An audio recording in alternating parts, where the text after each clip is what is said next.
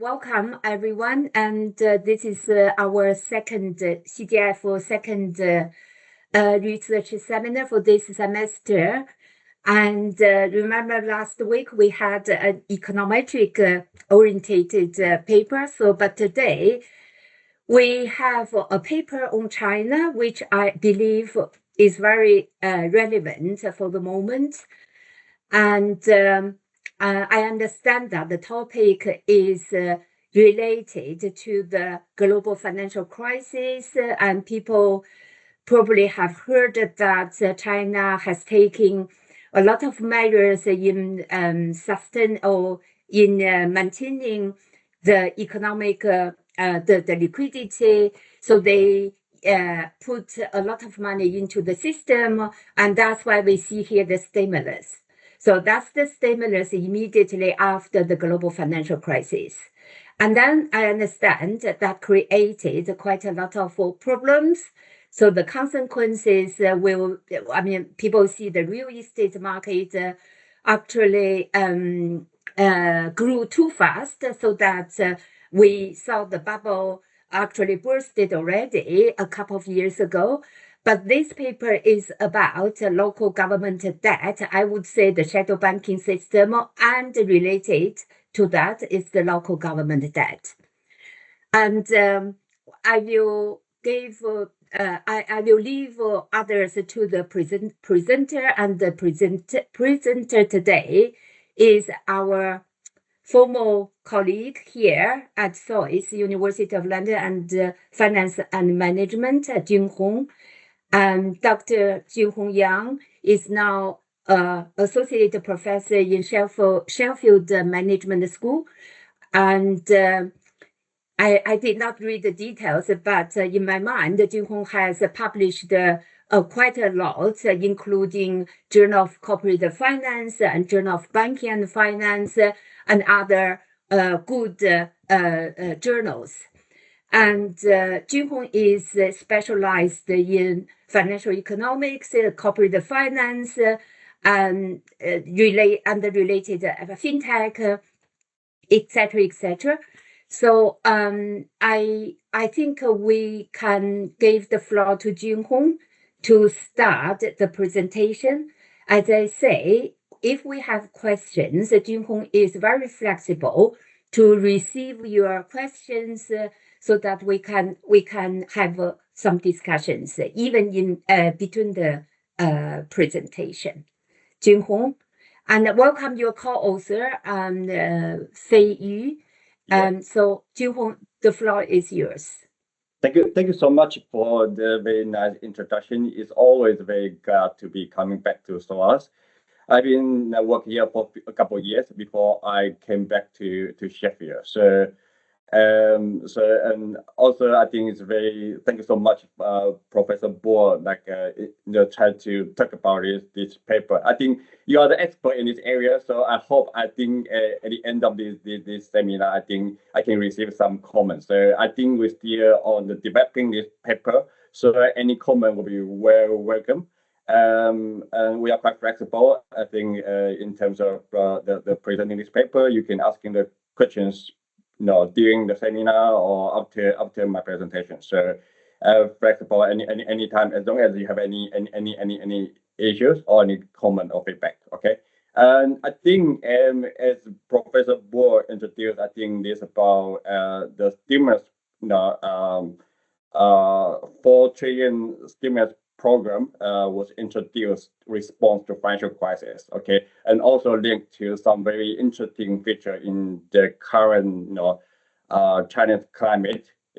One is the global as a local government debt. The second is the shadow banking issues, and then we focus on the firm financialization. Why they are located more money in the financial assets. And this paper was joining with my PhD student, Fei. So she's also in today's seminar. So she'll be answer any technical questions. I think she'll be here to helping me. And just try to introduce, she has finished her PhD at like University of Sheffield. Now she's currently in the job market. For any information, okay, or anything you think any opportunity, please let me know, and then we'll be, I'll be happy to discuss something opportunity, and she'll be able to offer. Okay, thank you so much. So the title of today's presentation is the stimulus hangover, local government debt, and shadow banking, and the foreign financialization in China. Sure. I think for the people are not very familiar with this corporate financialization, I think it means this non-financial corporation increasingly divert their resource from the productive investment towards the financial asset holdings. And I think this is one of very important source of profit for non financial firm when they're doing the financial activities. So, as you can see from this graph, you can see there's a clearly increasing trend in terms of corporate financialization in China, in terms of intensity, and also there's the ratio of how many firms are participating in this financialization. So now from 2007 until 2018. The time frame of research, you can see financial asset holding was increasing from 3% to 8% compared to the total asset, and the share of the firm holding financial asset was rose from the 60% to 90%.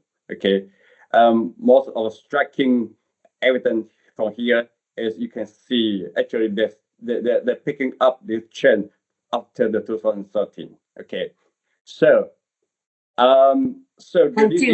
Junhong, can you explain what financialization means here? Or you call that corporate financialization? Yeah. So maybe you can explain a little bit. What do you mean by corporate financialization? Okay. So as we see here, the corporate financialization is the financial firm investing on the financial asset. So normally, okay, this non-financial firm should be investing in the fixed investment, yeah. But you see quite interesting phenomenon in China. There's more and more the Chinese firm are participating in this financial market. They're investing a lot of resource rather than in fixed asset project. They're investing in the financial assets. Yeah. So to measure the degree of financialization, you use the total financial assets divided by the total assets of a real firm. Yeah. Yes. Okay. Yes. Right. Yeah. Great. Okay. Yeah. So continue, please. Okay. No problem. So I think this paper, I think, and motivate all this fact. I think this paper tried to investigating what changed around the 2013, and that make Chinese firm holding more financial assets. And then we also try to investigating what mechanism behind this, the post 2013 increasing in terms of corporate financialization. And the last questions we try to address is what real consequence for this increasing financialization. Okay, so we try to link this phenomenon increasing the financialization after 2013 to this very influential the 4 trillion yuan stimulus package. Okay, for people who don't know about the thing, say this most extensive fiscal intervention the countries ever introduced. Okay, in the modern history, it was launched in November 2008, trying to responding the global financial crisis. So they're implementing this 4 trillion RMB fiscal intervention. So it account 30% of the Chinese 2008 GDP. So in terms of this package, most focus on the investment-led growth, including the fiscal and monetary management, including infrastructure investment, tax cut, subsidiary, and also social welfare spending. So in terms of composition of this 4 trillion yuan, I think there's a 1.5 trillion yuan was allocating in the public infrastructure investment. Another 1.14 trillion yuan was investing in the household safety investment, and 1 trillion yuan was dedicating to the construction after Wenchuan earthquake, specific for the Sichuan province. And the last part of this is investing in the social initiative, some projects there, including education technology. So, this is why I say this most influential, fiscal policy have ever introduced in China, and also modern, and history of the country of history. Okay, so I think they do provide some, contribute the very quick recovery from China was responding this financial crisis. Okay, so as you see from this graph, I think you can see the Chinese GDP growth was rebound, after implementing this policy, this program. Okay, was it's become the first country actually recover from this financial crisis. Okay, so in the first quarter of 2010, the Chinese GDP growth, rising to the 12%. Okay, so much heading to majority of major countries. And I think there's some research also found this, 2008, 2009 stimulus package do contribute 3.2 percentage point increasing this GDP growth. I think it's very, very important. And there's also research saying this, stimulus package program actually based on the investment-led recovery model. So it means they investing, they are trying to driving this investment, and through their own enterprise. However, I think there's also research say there's a double-edged sword of this kind of intervention. So we talk about there's some benefit part of this program. However, there's a emerging concern about this, phenomenon of the stimulus package will be cause some long-term structural complexity. Okay, or some research found actually they'll be contribute to local government borrowing, and also will be cause the capital misallocation, and eventually cause the productivity weakening growth. So building on this insight, I think this paper tried to investigating very important, however, is relatively overlooked questions. As to this large scale of the stimulus intervention, the persistent distortion in the firm behavior in terms of corporate financialization, they extend beyond the crisis period. So we specifically address the puzzle why the massive, investment-oriented fiscal stimulus was expressly designed to boosting real activity. However, it led to be 7 years later to a persistent rise of corporate financial asset holding rather than sustain the real investment. So this stimulus package is supposed to try to sustain the real investment. However, from our research, we found actually have a lot of implication. One of the very important implication, there will be encourage the firm actually investing more financial asset rather than fixed investment. So where it's coming from? Okay, so very important issue related to this 4 trillion yuan stimulus package is the decentralized financial. Okay, so as people know about China, so about the this 1994 tax reform. Okay, so this after this reform, the majority of the revenue will go to the central bank, and the local bank only holding a very small amount of revenue. And they also this reform was limit the local government to running the deficit. So they have a less autonomy to running the fiscal deficit. And this creates this something called the revenue expenditure mismatch, because if you see this 4 trillion yen is only 25% coming from the central government, the 75% should coming from the local government. Okay, so it means there's a local government do respond quite a large amount of this investment. However, they do not have sufficient money to supporting this investment. So there's where this rise local government debt coming from. So how you respond to this mismatch? The local government they call local government financial vehicle. Okay, so then try to bypass through the balance sheet channel. Okay, so what do they do?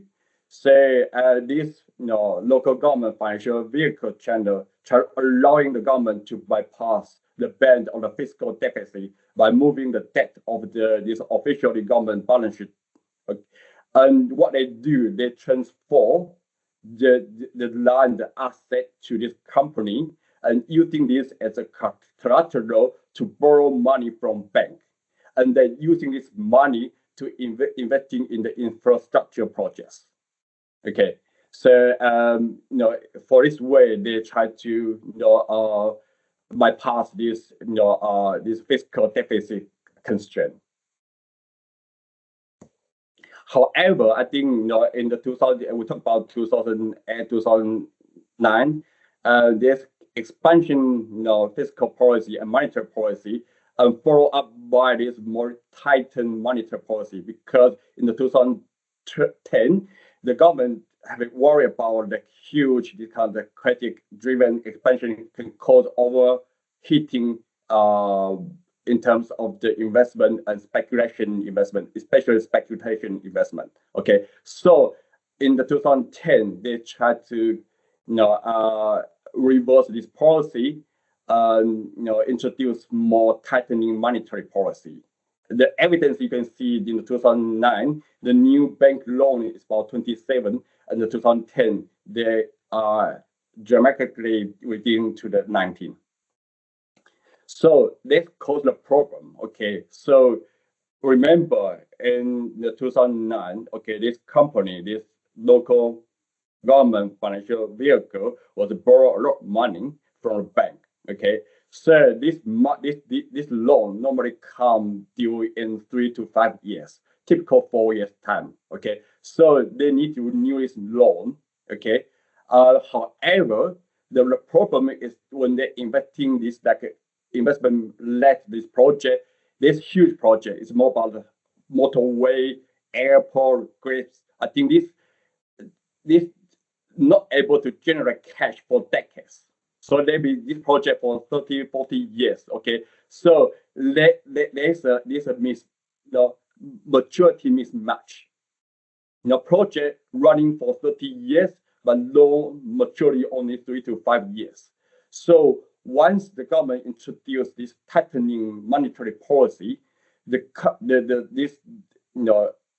local government financial vehicle have faced huge pressure to renew their loans. Okay, so they face refinancing pressure up to the 2013, 3 to 5 years later after they are borrow the money from bank.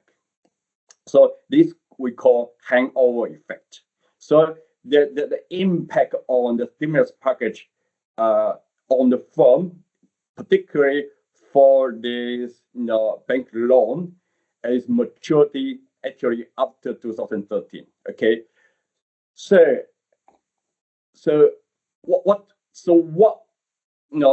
how did local government financial vehicle address this problem? So they shift away from bank lending to non-bank debt. So because they are not able to getting more loan, renew their loan from banks, so they have to seek from other channels. So the channel in this time they try to look at the non-bank debt. So particularly from the municipal corporate bond, okay, try to roll over this existing loan obligation. Okay, so for people who don't know about this, called MCB. Okay, so municipal corporate bond, actually they carry some implicit local government guarantee. So it's very similar like municipal bond, okay, because they have backup by the government. So this kind of municipal corporate bond, you can non-bank debt, will be later on repackaged to the bank wealth management products, other shadow banking products, offering high return, then normal deposit, and actually contribute to the shadow banking system in China. Okay, and we see this graph you can see in the 2010, and the majority of government debt actually coming from the bank, about 86% coming from the bank. But in the 2015, about 50% the government debt actually coming from these non-bank or the shadow banking channels. Okay, so I try to summarize how this stimulus was financed by the local government. So in the 2008 and 2009, okay, this 4 trillion stimulus was launched. Then credit expansion sharply. Okay, local government financial vehicle finance infrastructure project with this heavier bank support. And later on in the 2010 to 2012, this credit condition tightening and the loan approach to maturity.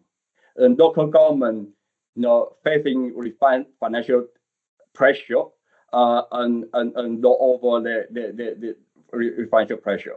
And the 2013, okay, so in response, the local government increasingly rely on the non-bank instruments like MCB, the municipal corporate bond, and shadow banking was expanding also very quickly to repackage local government debt instrument into wealth management products sold through banks.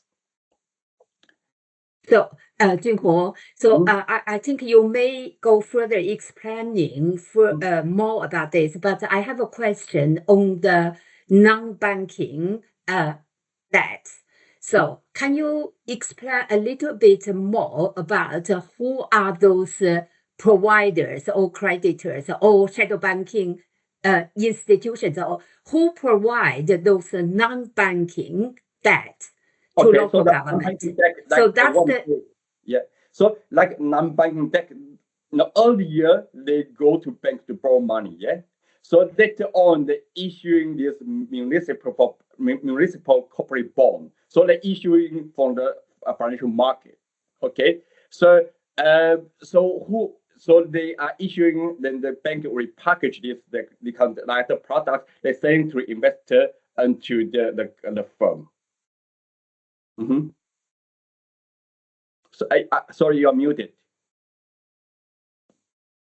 I just want to make sure that because shadow banking is so important, it comes to the picture now. So they still borrow from the banks, but banks actually created some other products. They sold those borrowings to other non-banking institutions. Therefore, that part forms the shadow banking activities, right? Yeah. So, and that part was probably was the highest level of shadow banking activity during this period in China. Yeah, you're right. I think you're right. I think not earlier they only getting money from bank, but later on they have to be issuing other financial products like MCBs, or they also can issuing municipal bond, double corporate bond, and municipal bond, and also other trust. Okay, these are quite different type of this kind the non-bank bond. And the shadow banking is they repackage these products through the banking system, then of balance sheet channel, and selling this product to the investor. Okay, so now we are together. Yeah. So please continue and see. Okay, so I think another the consequence of this stimulus is they also cause this, we call it industry overcapacity. Okay, why? During this expansion, okay, so they are the stimulus was fuel a surge of the heavier industry to build this infrastructure, isn't it? Okay, then the firm was expanding very quick in terms of their capacity, for the short-term profit. Okay, and as we see from like the statistic, you can see, in the 2008, during this, stimulus, I think fixed investment was 31% higher, as a 2 times higher than pre-crisis average. Okay, so however, this expansion cannot continually, have to stop in have to stop once this stimulus was finished. Okay, so when the spending was declined, a demand also constructed, and this caused a lot of problem because this factory is still there. They already have a huge capacity to build up these things, and they cause they cannot stating that. Okay, so they cause the kind of overcapacity and also cause enduring this inefficiency, and then decreasing in the profitability. So, and what the company responds to these things? Okay, so why they're doing that is coming to why the company, this non financial firm, are doing financialization, because the return for this reinvestment will be much lower after this stimulus. Okay, because the demand is lower, so the return they're getting from investing in the fixed asset, the real investment will be low. So they have to seeking for alternative. And this time, because there's a pressure, there's a demand to renew this loan, and the shadow banking was issuing these products, and there'll be over much higher rate compared to normal deposit or return. Okay, so therefore they will encourage this non-financial firm actually allocate their resource away from the real investment to these financial assets. And this is where this financialization coming from. Okay, so try to summarize here. So, when this financial product offer higher return than real project, firm have strong incentive to allocate liquidity to financial asset rather than fixed investment. When the supply exceeding demand and the product price falling and reducing the profitability in the core business, firm, particularly with weak real opportunity, face strong incentive to seeking financial year. Okay, and firm will be divert capital from real investment to financial asset, contribute to this higher corporate financialization, especially among the firms with excessive capital overcapacity. Okay, so we introduce our hypothesis called this hangover effect of the 4 trillion stimulus package will lead to the higher corporate financialization, with the effect being more pronounced in the firm experience with severe excessive capacity. Okay, so try to summarize what we paper would do. Okay, so in this paper we document there's a causal link between the China 2008 stimulus and the corporate financialization. In this paper we also form with the excess capacity and the stimulus target industry increasing financial holding by 1.1 percentage point after 2013. We also tried to explore the mechanism behind this impact by 2 channels: one local government debt expansion, another as a shadow banking growth. And thus, we tried to investigate the real effect of this stimulus package and the corporate financialization in terms of the investment, innovation, operating efficiency, and financial risk.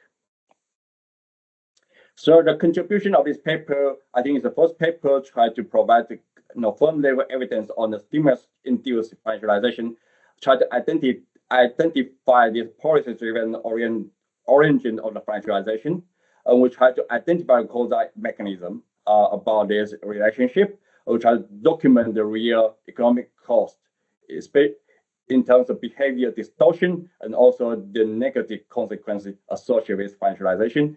We highlight these unintended consequences of the counter-cyclical fiscal policy in the emerging market, like China, where the government intervention in the credit market is very significant. So in terms of the financialization in this paper, I think we borrow the literature. We try to define, including this trading financial asset, derivative, and the available for sales financial asset, held to maturity investment, and real investment. And this more conventionally, financial asset was widely using in the prior research. We also including this wealth management product as a proxy for the balance sheet financial asset. For this wealth management products, actually we are extracted from the other currency asset notes in the financial statement. Because there's a new policy after 2008, so our research is focused between 2007 and 2018, before the China was introduced something new policy try to address this shadow banking issues. Okay. For the MCB, for municipal corporate bond, we drawn from the Wind Economic Database. Everything we are doing for this research, we are defective by the province GDP. So empirical result. So try to testing the stimulus hangover effect. We're using this causal nature experiment. So what we do, we have the treatment group formed with the excessive capacity, and the control group formed with lower capacity. And we try to compare this divergence after 2013. The goal is try to isolate the specific impact of the stimulus loan hangover for general economic trends. So we compare the impact before and after 2013 and between the control and treatment group. For how we define the treatment and control, so we base on the capacity utilization using this called stochastic frontier analysis. So the top 30% we define as over capacity, and the lower 30% we define as the control group. And later on the Boston test, which also tried to using a different cut-off point of 40%, 50%, the result remaining. So, and this the specification. We have a financial asset in the dependent variable. Then we have different dates in here. We also control a bunch of variables using the variety of effects effect from year ownership effects effect. And the standard error was casting in the front level as well. And the beta here try to capture this hangover effect. So this is our baseline regression and try to capture this stimulus hangover effect. You can see from different specification, and the result is consistent. As you see, the most restrict condition for the third column, and you can see this hangover effect and have a huge impact on the financialization, about 1.1 percentage point. Okay, so what does this 1.1, this 1.1 percentage point, this treatment effect actually equivalent to 28%, compared to average level of corporate financialization, equivalent to the 52 million of their increasing their financial assets per firm per year. So it's quite significant. So the key finding here, we say we support our hypothesis saying the excessive capacity firm, those who are affecting most by this stimulus hangover are the one driving this speculation, financialization. Okay, so we also do some parallel trend using the event study. You can see before the 2013, the coefficient was not statistically significant here. And so there's no evidence of anticipating effect. But however, you see after 2013, they were increasing this coefficient, the interaction between the year with the trade are significant, and showing the sharp divergence between the treat and control, and they try to validate the power trend associated our baseline model. And second stage, we try to explore the mechanism behind this hangover effect. As we say, I think the first thing we try to look at on the local government debt. Okay, specifically, we are trying to investigating the role of the municipal and corporate bond. Okay, so the logic is if this local government financial vehicle debts are driving this effect, we should see much stronger effect in the city issuing more municipal corporate bond. Okay, so there should be a spillover effect here. So in order to do this, we try to use a triple difference here. You can see the high, high MCP group is the firm located in the city with higher issuing MCP compared to the counterparts. Okay, so the result here, you can see the triple interaction is positive and significant, about 2 percentage points. They were corresponding about 51%. The mean level of the corporate financialization, and also equivalent to 82 million increasing financialization performed per year. As this corporate debt was integrated with this shadow banking system, so we also further tried to explore the difference between the on-balance sheet and off-balance sheet difference here. So you can see the first three columns, we see this on-balance sheet, the magnitude is much smaller than the off-balance sheet channel. Okay, so in the third column is only 0.6%. However, in the sixth column, our balance sheet channel is about 4.6 percentage point. Okay, it's much more significant compared to on balance sheet channel. So I think this emphasizing the role of the wealth management products. Okay, the result confirmed this stimulus hangover was transit most exclusively through this shadow banking conduit, like particularly using this wealth management products.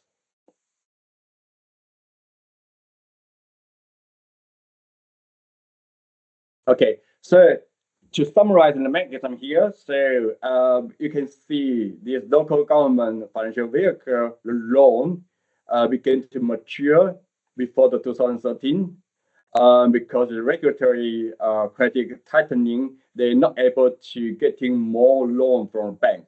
So the local government was issuing this municipal corporate bond to repay this all the debt. So MCP was repackaged into wealth management products and sold by bank.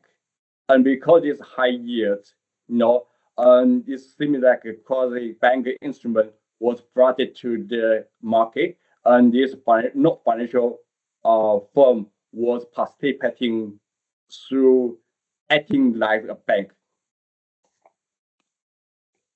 Okay, so then the next part of the paper, we try to explore the real effect of this financialization. Okay, so as we see for literature, I think for literature about corporate financialization, they was focused on the impact on the corporate financialization on firm. Okay, so they found they are quite theoretically they have a mixed effect here. So there's a positive benefit of a corporate financialization with enhancing the corporate liquidity and improving financial flexibility. And there's a research also found, liquid-rich firms are better positioned to sustain investment even under its macro uncertainty. So there's a benefit when the firm are holding more liquid financial assets. However, there's a research found actually there's a crowding out the real investment. It means at the firm, especially non-financial firm, are heavily investing in this financial asset, they will be crowd out their investment in the real investment. Another thing, the research also found, because lower real investment will slow this productive growth and reducing the firm capacity for sustainable expansion over time, that weaken this long-term growth. Also because this financial return associated with financial assets are very volatile, okay? So as the firm are heavily rely on this financialization, will raise this earning volatility and will be increasing their risk exposure. So how about the context in China? So we found, okay, this effect, actually, we look at on the 4 aspects, try to see the consequence on this financialization impact on the firm's, investment and innovation and behavior. I think here you can see clear there's a crowding out of effect on the physical investment. This financial asset will substitute for the physical capital accumulation from, you can see the investment was reducing when the firm are investing more in the financial asset.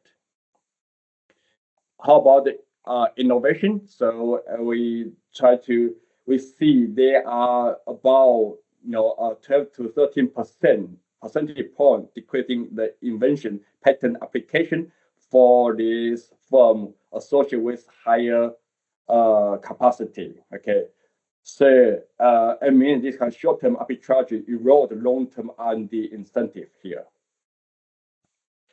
And operating efficiency also dropping as well. It's about 2 and 3%. It means the managerial attention was more go for this financial market rather than focus on the core business here. The last thing we see, actually this locating more in the financial asset cause another financial risk as well.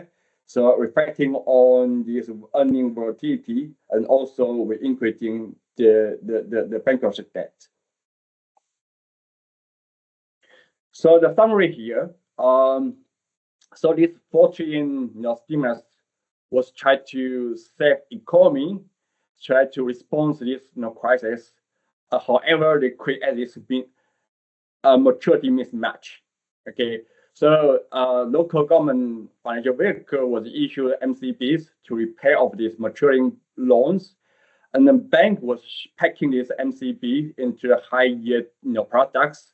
And firm with overcapacity, just acting as the cozy bank to lending the money, okay, investing on these products. And the real effect as this firm was reducing the investment innovation and increasing their risk. Okay, so we also do a couple of robustness tests. We try to using entropic unbalancing, try to balance between the variable between the treatment and control group.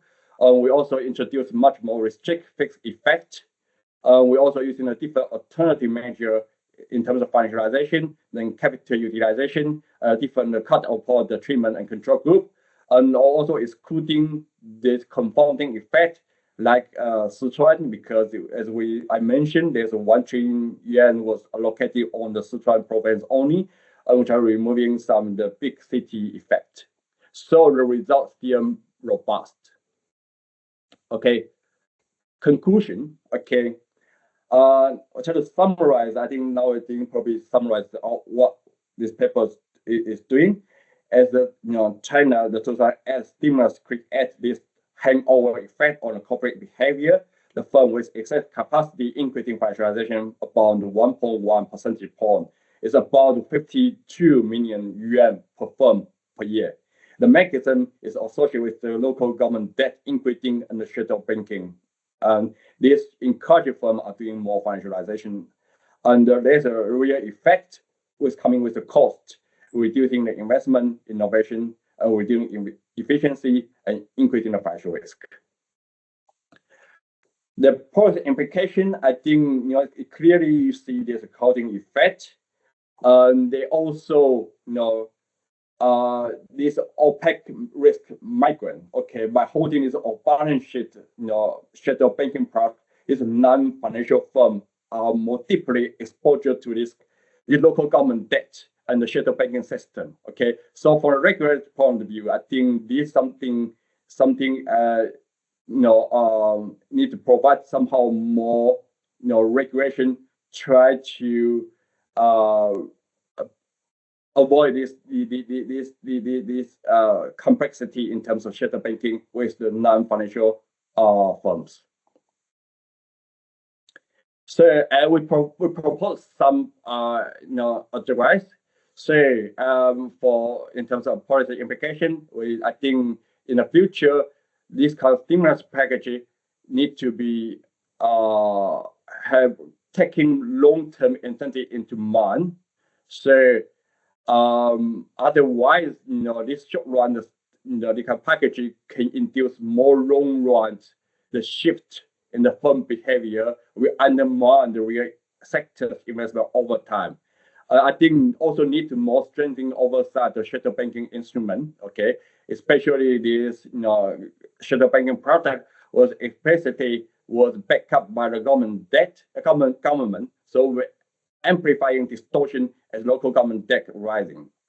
Also need to be more cautious when you interpret this corporate financial signal.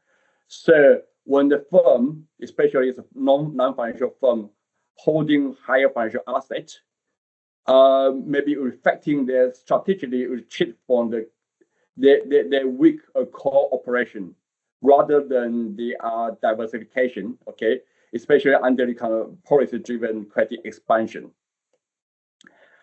Okay, so I think take aware of this paper, I think this we say this large-scale the stimulus program actually can change firms' DNA.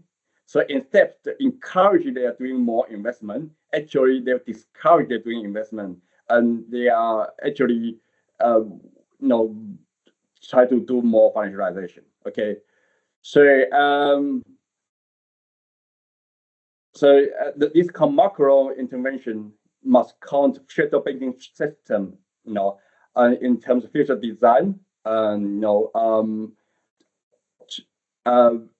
otherwise, especially when this financial pressure was not able to manage it. I think we try to provide something. This is not a short run, and they can cause the huge, more systematic risk in the future in the financial system, and also the real sector in China. Okay, so I think this is my presentation. Thank you for this. Now. Thank you. Thanks, Junhong, for the presentation. And I'm sure there are a lot of questions. And I will open the floor to our colleagues here. I have seen one hand already. And Yosef, you have a question? Please come in, please. Yeah, okay. Thank you very much, Hong, and thank you very much, Junhong and his author. I mean, this is a really nice research actually. I mean, but I few things. I want to add. Maybe these are already in the paper. And really, excuse my ignorance. Because I haven't seen the paper itself. Okay. I think something. That will be interesting actually. More information on the type of assets actually these firms are holding, because you are talking about financialization. I know you said that basically it's almost like the cannibalization of investment by those actually municipal bonds actually. But really, when you look at the balance sheet of those firms actually, in terms of the asset they are holding, Is it really, I mean, those assets? As I say, this mostly kind of balance sheet channel rather than balance sheet Right. channel. So Yeah. if the company they like investing this financial asset, I think it's like more than 50% through of balance sheet channel. So there's not reflecting on their balance sheet. Okay, but then you cannot see that on the balance sheet directly if these are the municipal bond package as this or through the securitization. You cannot see that. You will see, right? Yeah. I think everything when we collecting this or balance sheet data is actually coming from not from the report. Okay, So then they are I have not another. actually they do not have these things actually in the standard balance sheet. They do not have these things. Okay. So it's very difficult to so this is the way they are try to avoid scrutiny auditing from audit firm. Yeah, then I have another question. The market microstructure of these municipal bonds. Basically, from what I understand from your presentation, is almost like the banks are the one actually lending to the municipalities, and then the bank are de-risking by issuing, by securitizing it. Okay, or by okay, go ahead. Yeah. So this local financial vehicle was issuing this MCP. Okay, so the bank was helping them to distribute this MCP. They repackage them to the shadow banking products selling to investor. So okay, the bank is no. Okay, is directly the municipalities putting a special vehicle to directly, I mean, securitize those loans? So they are repackaging them, selling. So from investor point, they might not know what actually they're investing. Okay. So this like they issue bond, yeah. So they can it's like a financial crisis. They repackage the different thing, the same to the investor. Yeah, but when they issue the bonds, they primarily who is buying those bonds because repackaging them? The bank was helping them distribute these things, but they distribute through the shadow banking system. Yeah, but how you do that? I mean, I'm trying to understand the market structure with securitization, right? I mean, basically, because I understand the banks are packaging and so on, but when those municipalities comes and then they want the money, actually, what they do exactly? They issue bonds. Someone has to hold the bonds. They issue the security. I mean, you see, that's what all they issue bonds. Someone hold the bonds, and then some package that one to de-risk them, or what is happening? I mean, basically, probably it's in the paper, but I think the market microstructure will help us really understand really how those actually, what you are calling shadow banking actually is getting. And then one of the questions I had also, if you can look at the bank's balance sheet actually over the two periods, can we see any difference in the bank's balance sheet? Why I'm asking that, basically, are there the banks still continuing actually are they lending more to those municipalities? Because basically, one of my questions is basically those firms you are talking about financializing to get those assets, where is the money coming from? Where are getting the money? Because the investment, some of the time you have to borrow money to invest, or it can be your own internal, money. Is it the free cash flow they're investing there, right? Yeah, thank you so much for your question. I think, as what I was saying at the beginning, they borrow from a bank, but later on, this non-financial firm was acting as a bank, lending the money to this project. Okay, then they borrow. You mean those firms they borrow from the banks instead of investing? No. Okay. Yes, I think they may borrow something from bank, but actually the investing on this MCP is more coming from this non-financial firm. No, they are not long. Earlier, they borrow from the bank. Yeah. So, but however, there's tightened policy, so they are not longer to borrow from bank. Yeah, but I'm talking about these firms which are financialized, the firms which are investing on those securitized, assets, I think they are getting the money to invest in the securitized assets. They are more state-owned firm. They probably can, this overcapacity thing, they can borrow. If they can borrow cheaper from bank, they're actually investing much higher than this kind of financialization. They can get the benefit. Also, they cannot invest in their real project. Instead, using their extra money, the cash reserve, to investing in this, financial asset rather than investing. So yes, as long as they can know, I think they're also driven by the kind of profit maximization objective. Yeah. So firm, if they're investing their real project, they're losing money. Yeah, because they're overcapacity. They're not able to selling this product. So they're using this money to invest in rather than investing in this real project. They're investing in these financial assets. Okay. Can I ask one other question? Or yeah, can sure. I? You can ask. But I mean, I'm trying to figure out why, I mean, those firms are behaving like that. Because, I mean, you actually explain what is happening, right, in terms of financialization. And then I think in your theoretical, I mean, when you explain literature review, you explain why they may be doing that because in terms of earnings, more earnings from that. But why you don't test that directly to look at really in terms of return on equity or return on asset, if actually you observe they actually are making more money basically by doing that instead of investing. Probably you can try to test that because I mean because I'm suspecting also maybe it's because they are profit seeking, but maybe also this is a way for them actually to do a risk management. Maybe they are shading because basically they have seen a crisis, then the extra cash they have instead of investing, which is they perceive as risky, maybe they prefer to hold the cash to invest in financial assets, actually to shield somehow against, I mean, the foreseen, crisis. I'm not sure. Your questions. I didn't get your questions. So you talk about the profit seeking. This is what we talk about the profit seeking. They have a because they have a less profitability from their core business, so they have investing in something else. So maybe they are just doing a risk management strategy, trying to, I mean, actually, because basically it can be profit seeking, right?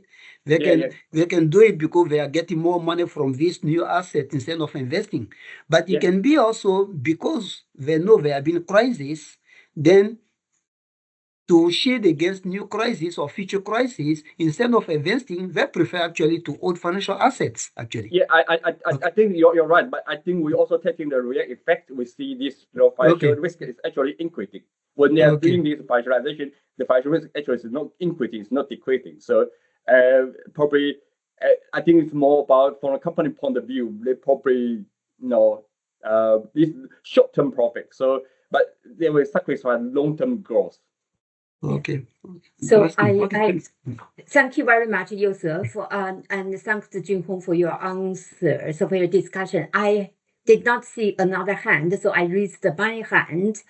I want to continue with the point. I think the last point issued by Joseph is not necessarily there is a positive or negative impact, not necessarily about what you have what you find based on the data. It is the theory. So it is the underlying. So what should be the theoretical prediction for a non-financial firm to invest in financial assets? So probably you can add or dig deeper in predicting what the impact should be if a normal firm, not necessarily Chinese firms from the stimulus environment, but normal firm. So if I invest in non-financial assets, why do I do that? There may be some theories. I think there are some financialization side of theories. And I think that's something related to the last point mentioned by Joseph. And you do not know before you do the empirical, but you need to know from the theoretical point of view. And there are different, maybe agency, maybe signaling, maybe some other, risk management, portfolio theory. So that's the first thing that I want to continue with. But I have something else. First of all, your empirical analysis, it contains two parts. One is you use DID to explain financialization, and you use overcapacity to define the treatment, and you use 2013 to define the post. So that's the first part. the second part is about the real impact on the real outcome of those non-financial firms, their investment, innovation, management efficiency, etc., etc. So I did not really, it may be a little bit quick when you explain that. For your real outcome equation, did you also use DID? Yes. Okay, so if you use DID in the second part, why do you need the first part? I think the second part is try to investigating these implications. So, as you say, this financialization can be, from theory, they can be good or can be bad. Okay, so it tells to the firm. So I think in this paper we specifically try to investigating this financialization associated with this stimulus. Okay, and what the really impact on this, the firm with this excess capacity when they are being affected by this stimulus package. So I think what is the connection between your first part empirical analysis and the second part? For me, you should focus on real activities, real outcome. By using DID, you can incorporate the financialization properly into this model already. So okay, to me, I take what you say. But I think when the things when the firm are actually doing the financialization, they actually will they're saying the investment, they're calling out the calling effects there. So there's something in that saying, they're coming in because they're all impacted by this stimulus. So it's very typical you are this what they're coming from. So we try to investigating this financialization and introduce this stimulus induced financialization have the real impact in terms of this perspective. That's fine. So, but then in your first stage empirical, when you explain financialization, you define treatment by using overcapacity. And that, to me, I think this is a new. I never seen people use overcapacity to define a treatment, and in this context, that's a good aspect. But to me, it's not only overcapacity that motivated a non-financial firm to invest in financial assets. For example, if I am a state-owned enterprises, I have much more access to formal financing. So I have more liquidity, and then I will diversify my investment. I will use money to create more value. So there are some other factors. So why are you only you assume that it's the overcapacity that causes the firm to participate in financial market? So I think that's my first impression when you use the first set of DID. And also the post dummy, you defined the post from 2013. I think probably we need a little bit more justification for this. So why 2013? China took very dramatic, the government took a dramatic action in 2010. If you look at the figures, and after 2010, everything came down. And they basically poked the bubble a little bit artificially by policies. So why did you not choose 2010 rather than 2013? Or why not other time? Why not 2050 when the bubbles were probably bursted? So that's my concern for those definitions. Okay. That's my second question. Do you want to answer your two questions first? But I might forget the how to answer your question. So you can ask. Again. So the first one, why we focus on the overcapacity, because the overcapacity is one of the issues caused this kind of stimulus. Okay, there's many research we found, company, because it's over credit expanding, they cause the overcapacity of the Chinese firm. So we try to link everything to this stimulus package. Okay, this is the one reason. Of course, I think you say the state-owned firm, they might have more resource actually lending like a bank. You're true. I think, but I think they also have more discipline. I think sometimes if you are very good, so you might not easy to doing it because state-owned firm, they also have some discipline need to somehow in what they can do. So, but I think we can try to look at on their perspective as well. I think thank you for the suggestion. The second thing, why is the 2013 not earlier, not after? Actually coming from I'm not sure you have the graph. I think you are earlier. I showed you the graph saying I'm not sure here.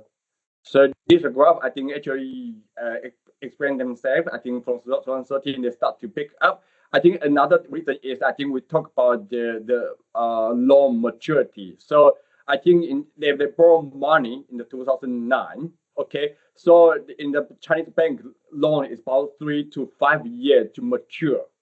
So a typical is 4 years. So and I think counting in that and 2013 they have to renew their loan. Okay, so this is what we call hangover effect. So the effect is not immediately there because it's not because it's because there's refinance pressure there. So when they refinance pressure, they need to looking for alternative to renew their loans. Okay, so this is why the financialization coming from after 2013. Okay, so this I'm not sure I answer your question or no, but this is the justification why we are focused on this overcapacity and also after 2013. And also the handover thing. Yeah, okay. Yeah, you can say that yeah. handover. So fine. So that's something that but that's the direction that we can think more. And my third question is about your indicator of financial assets. Mm-hmm. I remember you used the wealth management products, right? Yeah, for the on balance sheet one. For on balance sheet. So we have the on balance sheet and off balance sheet. On balance sheet. Yeah. So I also have problems in using this because wealth management products actually were designed for households rather than for firms. So we had a paper on financial crisis, if you remember, and that is in International Journal of Financial Analysis. We looked at the balance sheet. We did not find that much wealth management product on the firm level for non-financial firms. We found how much they invested in the stocks, how much they invested in the real estate, and how much they invested in some other. So we did not have this wealth management product, but I guess this is a small proportion of their financial assets. No, it's very big. It's very big. It's very big. So I think it's not from a balance sheet. So you only can look at on the notes. You have the manual collecting this data. So this is why sometimes you may ignore this data. So you manually collected this data, but those were the products popular for Chinese households. I'm surprised to see that firms have invested a lot in this product. Yes. So that means you only use that one. You did not use firms' investment in other financial assets. We do everything. So we have on balance sheet financial asset. We have on balance sheet and financial asset. Just for the wealth management products, there's quite a lot. When we're collecting this data, I think you can see it's not all the firms have disclosed this data, but I think they can sometimes even much larger than the on balance sheet one. So for the average, I think is higher. So for firm, they can do the on balance sheet and off balance sheet. Sometimes the off balance sheet is higher. I think it's about 3 times higher. Okay, fine. So so that's my question. And my last one is about the application for the current situation. I think you did a good job, but it was a little bit further back, right? What is the implication for the current situation? We are still talking about local government debt issues, and that problem maybe they created some other issues for the Chinese economy at the moment. So I think when you motivate this paper, when you are selling this paper, and it is good to make the connection between that period and what the implication for now and facing the international environment and trade problems and consumption problems, etc., etc. So I think that's only my thinking. That's if you sell this and how to motivate it, and that motivation should be linked to the current situation. You're right. I think I probably need to do more, as what you said, linked to the current issue, because the local government debt issue is still the one of very significant one in current climate. So yeah, I think you can start from that and then make the connections. You're right. Yeah. So what else do we have? Colleagues from the audience? I think it's like need a lot not contact knowledge about this thing. But you do have the general implication. Every economy has shadow banking things, but this one probably is more related to China in terms of the local government bonds. Martin. And Martin, can you please come in, please? Yeah, thank you very much. It's a really interesting presentation. Could I ask you to comment on the following? Would be one of the implications of your findings be that the original stimulus at the time of the global financial crisis was simply too large in that it led to this overcapacity of many firms in terms of too much real investment? And had there been a more modest fiscal stimulus, maybe these problems would not have occurred. Yeah, I think so. I think you're right. I think it's very similar to the financial crisis. I think obviously there's overcapacity. There's like a financial crisis overheating on the house market, and there's this shadow bank in China. They're repackaging these things.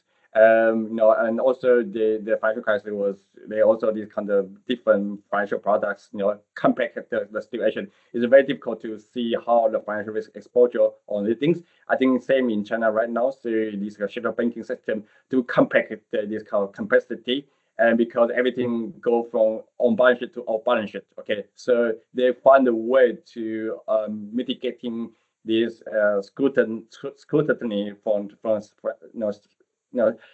banking system, and I think local government debt becomes something unsustainable because earlier once what they do earlier they asset transfer, so they're using this as a collateral when the investment is no longer generate enough money, like when the house is not going up, they're going down. So same the investment is not going to generate enough profit. And this land is become less value, and because the model become more dangerous. Thank you. I'm sure to answer your questions. Yeah, but thank you very much for the question and the explanation from Junhong. So Junhong, do you think your co-author has something to add? I think we need to let her to talk something because she kind of in the job market. I think you need something more exposure. Oh, okay. Fei Yi, welcome to our seminar. Yeah, nice paper. Well done. And do you have anything in response to our questions or something else? Do you have anything to add? Yeah, something I'm not answered that where you can compliment right now. Yeah, actually, I think Junhong has answered all the questions, but there's a little thing that I want to add on the answer of just now is about why we use excess capacity as the treated group. Just Professor Bo just mentioned about is that using the excess capacity is a way to capture the profit. The performance of the like the willingness of the firms, how much they are looking after the higher profit from the financialization. So because if they are the excess capacity firms, they are more willing to chase after the higher yield profit. Yeah. Yeah, so I see the point. So more overcapacity means they do not need real investment, so they have more money, so they need to use those money. And that's probably, I'm not against this. I'm actually thinking there are more factors that are related to this financialization. So that's something I have already mentioned. And what else are you going to add on? Not for now. I think Junhong has already answered all the questions. Try to promote yourself in the job market. Yeah, but very but well done for the work already. So can I ask whether we have more questions or comments or anything that you probably you are thinking about related to the issues or to other things probably? No. Okay. My question is, do you like my slides? I spent quite a lot of time to design this slide. I like your slides. You do much better than my slides. So you see, we really need to work on something. Spend time on that so that we can. I need to improve my slides. Well done, very good one. Yeah.